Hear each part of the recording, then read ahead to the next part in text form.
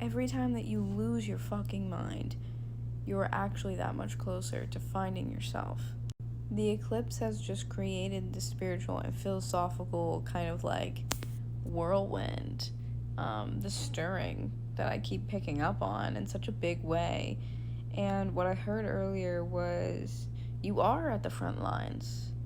Like, I feel like there's this guilt that I'm picking up on in the collective of like, I could do more, I could be more, I could contribute more. There's just this feeling of more. But I just get this like this kind of like blanket that comes over me, almost like spirit being like, you don't have to do anymore. You are doing enough. Like, you're doing what you're capable of under your circumstances. With what you have, you're doing the most with that. And I feel like there's this need to be like, your front lines look different than everybody else's. There is nobody like you. You have your own experiences that are uniquely yours, and then your reactions that are uniquely yours to those experiences, and it just trickles down from there.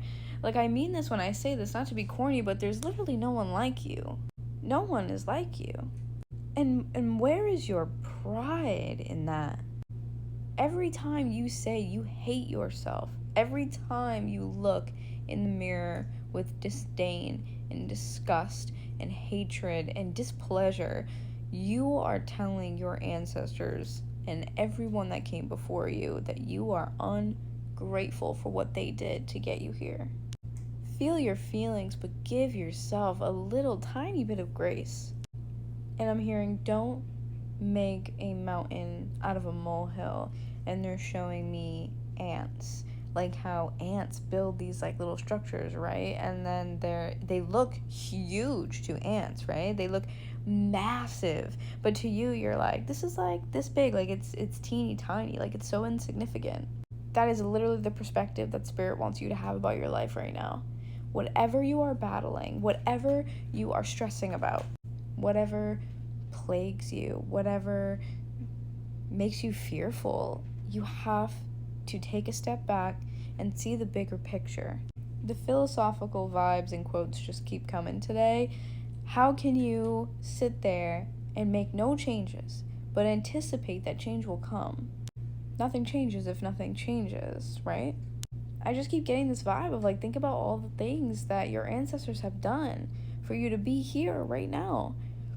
Think about all of the things that your ancestors have done, that they've worked through, that they've struggled through, that they just truly had to constantly pick themselves back up and try again. They didn't have a choice. And right now, you have a choice. It sounds dismissive and demeaning, and I really don't intend for it to be that way. But just think about it. If the fear that you have about something right now is not the fear of imminent death or danger, for instance, if the fear that you have right now boils down to the way other people will perceive you, or the way other people may or may not judge you for something, if it will be accepted, or if maybe it just is not turning out the way that you imagined it in your mind. It's quite literally a mind game. You are both player 1 and player 2. Wow. You are both players in the game. You are both the hero and you are the villain. The veil is thinning and the lines between everything are blurred right now, and I think that there is an advantage that you could take with that information. If the lines are blurred, then nothing is exactly as it seems. There is wiggle room. There is room to create whatever you want, to change your surroundings, to change your circumstances, to change your actual reality that is in front of your eyes. Because whatever reality you're living in, you crafted that with those experiences, those unique experiences, and those unique reactions to those experiences. Like, again, like I said, like, no one is like you.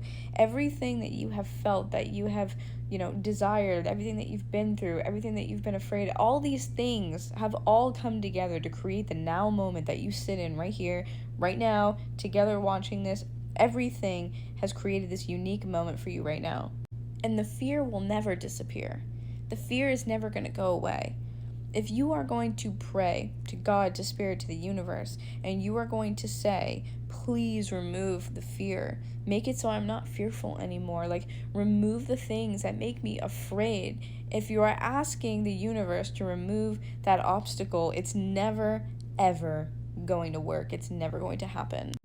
But the universe is going to then provide you with opportunities and experiences that allow you to transcend that version of yourself, to allow you to conquer fear or conquer whatever it is that's holding you back.